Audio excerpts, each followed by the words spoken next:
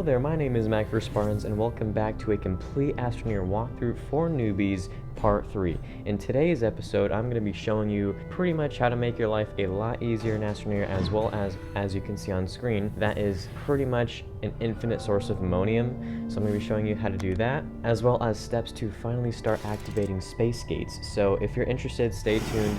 Also, if you enjoy the content or you think it's worthy of being shared, sharing it with people you know is greatly appreciated. And with that said, let's begin.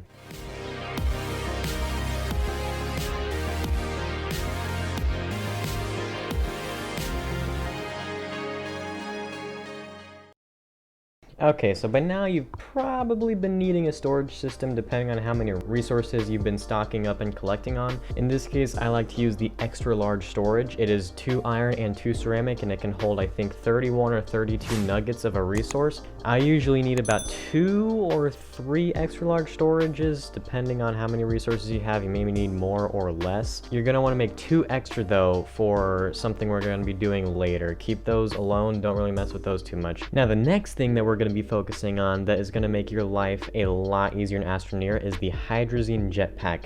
However, this thing costs a ridiculous amount of bytes. I think this is the most expensive item to research in the game, but it is totally worth it. This thing is insane. It increases your mobility and speed just pretty much in every way by a ton. It makes everything so much more fun and easier in this game. Now, depending on how many bytes you have, this might take a while, but as long as you've been researching those atronic samples, you should be somewhat close, and it shouldn't take you too long because you're making literally 1,000 bytes every 2 minutes. So just find something else to keep yourself busy. If you need more bytes, that's the next thing that you are definitely going to want to research. I strongly recommend getting the hydrazine jetpack. It is just insane. Now, once you research it, it does cost 1 titanium alloy to make. In this case, if you make 1, you might as well make 2. In fact, you definitely need to make 2. If you only have 1 hydrazine jetpack, it's just really not worth it. You move pretty much the same speed as if your character was running on the ground. With 2 hydrazine jetpacks though, it doubles your speed. Once you have the titanium alloy, you can craft the jetpack on your backpack. Now, when they're both crafted, you'll notice that there are 2 sockets. That's where the hydrazine canisters go. And this is where you are going to need a lot of ammonium, because you're going to be making hydrazine to fuel your jetpack, as well as your shuttle, as well as making graphene for certain equipment. It's going to take a lot of ammonium to keep all that running. So once you've made your hydrazine, I recommend fueling up your jetpacks and keeping an extra 2 as backup in case you're on a planet and you're stranded or something like that. And now you can fly very fast, either horizontally or vertically. The highest you can go in the jetpack is slightly above the clouds. That's kind of where the skybox limit is. Vertically, you go twice as fast as you would normally run on the ground. So it's a very big increase in speed. I'd say the canisters probably last about 4 to 5 minutes of solid flying before they run out. Now, like I said earlier, you're going to be needing a lot of hydrazine in order to fuel all of this stuff. So the next thing we're going to do in order to solve that is make something called an auto extractor. Now, this is also going to cost a good bit in bytes, so just be patient. It shouldn't take too long in order for you to research the amount of bytes, since the atronic samples are worth so many bytes per minute. I mean, look at how fast my freaking bytes are going right now. It's insane. The auto extractor shouldn't be too expensive. I think it's just steel and tungsten carbide that's the most complicated thing.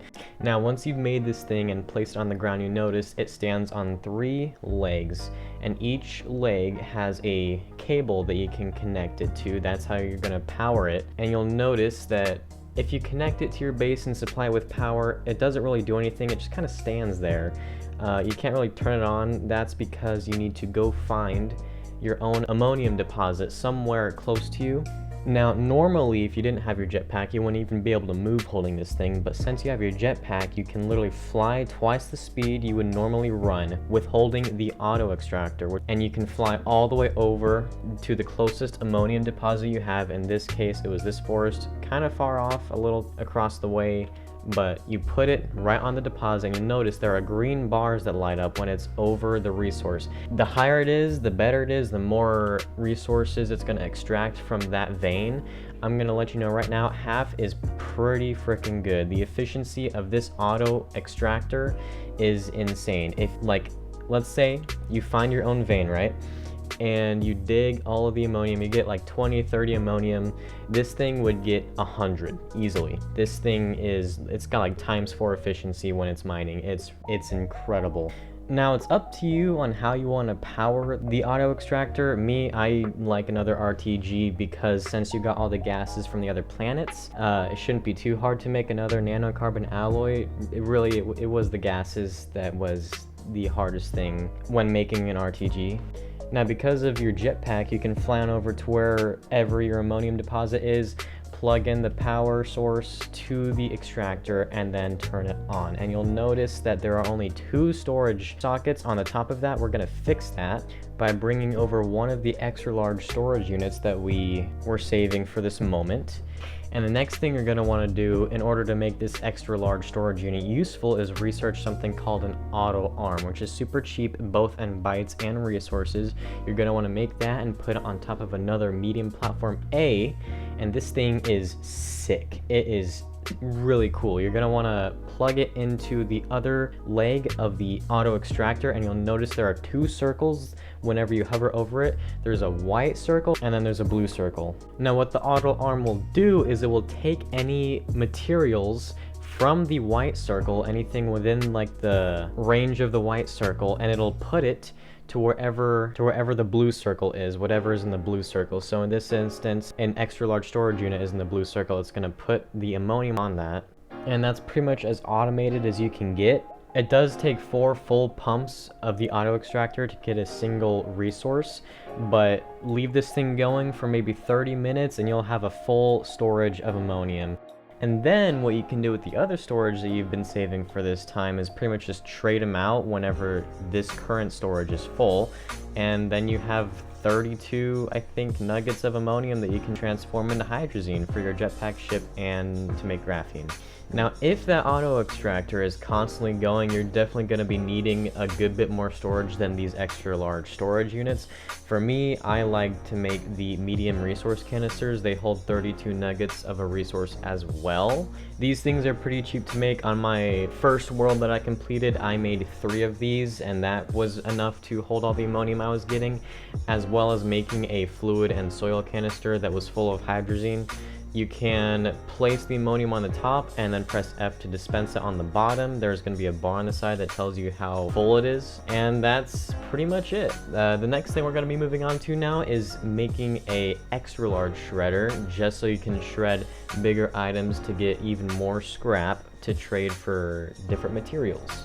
Now there's going to be 2 other things that you're going to want to research, which is the extra large shredder and the extra large platform C, I think is what it's called. The reason why you need the extra large platform C is because this extra large shredder is massive. It can only fit on an extra large platform C. So once you have researched the extra large shredder and platform C, you should have enough bytes as you were doing all the ammonium stuff. You're gonna want to make some room for the platform because I don't think you're gonna realize how massive this thing is. It's huge. And the resources shouldn't be too expensive. You should have all the resources you need to make these.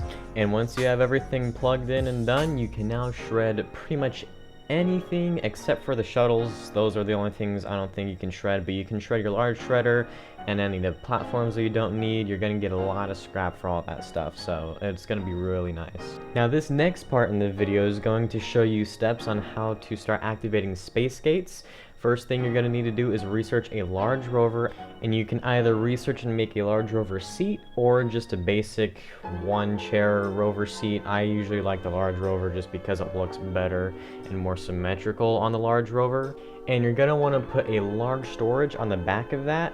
And then the next thing you're going to want to do is to make those medium storage units that were like attached to the sides of your platforms. You're going to want to make 4 of those. And now this is where you're going to need to use all of that lithium you got from Vesania. If you haven't already gotten it, this is what the lithium was needed for. You're going to want to make 32 small batteries. You heard me right, 32. That is a lot, but it's what is needed to power all the space gates on every single planet in the solar system. Now you can either borrow the RTG that was powering your base, or make another one. In this case, I just borrowed it because your base doesn't really need it too much, as this point in the game you're just going to be doing a lot of exploring, but you're definitely going to need an RTG for your rover and to power up all the batteries. It's just going to make your life so much easier. You're not going to really have to worry about whether it's daytime or nighttime, or if wind's blowing, or if you have carbon or organic to power your generators. RTGs are a godsend. Now once you put all of those small batteries on the medium storage units and put those storage units onto the large storage on the back of your rover, the RTG is going to start powering those. You can also drive while it's powering those. You also even have some storage on the front and back. Just be careful, because if you plug in the front cable to something, it's going to just throw all the items off, because it's going to like kind of flip around. And that's pretty much it. You are pretty much ready to kind of drive around and activate any space gates. On Silva, if you want to do it on other planets, you can just package all of that up and put it on your space shuttle, but I'm going to be going through that more thoroughly next episode. So that's going to conclude this part in the complete ASTRONEER walkthrough. I hope you found this informative and useful, and with that said, I will catch you on the next one. See ya!